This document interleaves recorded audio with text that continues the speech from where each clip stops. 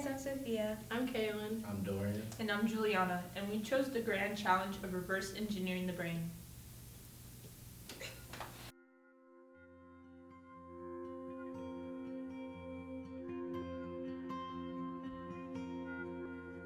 So for our project, we chose the grand challenge reverse engineering the brain, and we designed an interactive exhibit that could be displayed in a science museum. Our goal was to create something that helps people understand how the brain works through hands-on experience. Our design is unique because it gives students a hands-on way to see their own brain activity in real time. By wearing our Arduino-based EEG headband, they can watch their brainwaves change as they answer questions, making the experience more interactive and engaging. This adds value by turning abstract neuroscience ideas into something students can directly observe. Our mini 3D brain model also helps them visualize which areas might be active. Overall, the design connects to the theme reverse engineering the brain by showing how the brain signals respond to different tasks and behaviors. The problem this exhibit solves allows kids to see their own brainwaves on a computer monitor and then explore a 3D model highlighting the different lobes of the brain. We began by exploring how to present a person's brainwave signals in a way that was both educational and engaging. Our goal was to create a visual display that anyone could easily interpret. To achieve this, we developed a method for linking a computer to our Arduino, allowing it to show 3 different types of brain waves in real time. The system works by placing 3 sensors on a headband worn by the user, with the sensor wires connecting directly to the Arduino to capture the brainwave data. Through this interactive display, students gain a clear understanding of how the brain works and why engineers face such a complex challenge in studying it. Many people may feel drawn to the grand challenge of reverse engineering the brain, whether through personal experiences or because its profound impact on society. Ultimately, our project deserves attention because it not only offers insight into the brain function and the importance of brainwave encoding, but also demonstrates how this knowledge could shape future medical research and treatment innovations. The build process of our EEG included biosensor inputs.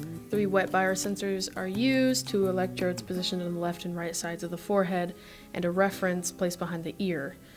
An instrumentation amplifier, a variable gain INA 128 instrumentation made by Texas Instruments. It provided a low noise differential amplification for the EEG signal. A reference voltage generator, a precision plus or minus 1.5 volt reference.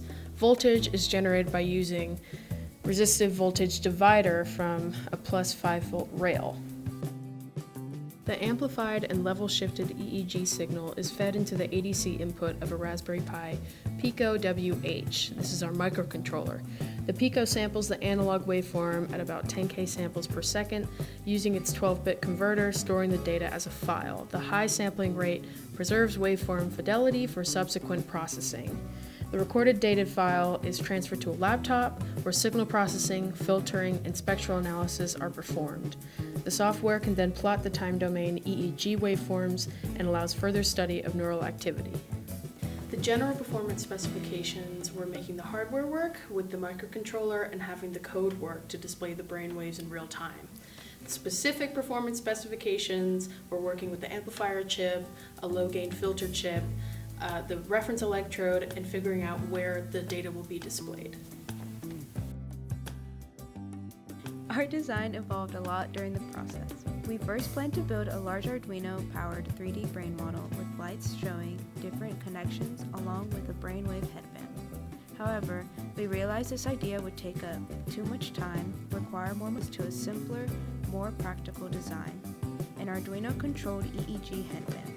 This change allowed us to stay on schedule while still meeting the goal of creating an interactive and educational exhibit. For our design, we were given a budget of $150. We were allowed to use the supplies from the 1300 Marketplace in the Smith building at UNC Charlotte, as well as materials we already owned, or chose to purchase. For any personal purchased or previously owned items, we estimated their cost at half of their market value. Our final project cost came to $92.67, which included the Arduino controller, 3D printing filament, infographic paper, biosensors, headband, and an amplifier. As we conclude our video, we want to share the process of our next steps.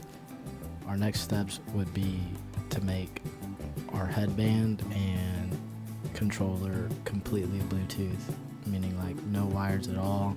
Right now we have a wired system and it's plugged into a computer, but we want to make that entire process wireless. We also want to strengthen the nodes that read the actual brain waves, because right now they're a little weaker than we would like. While working on this project, we learned that it was important that we work together as a team.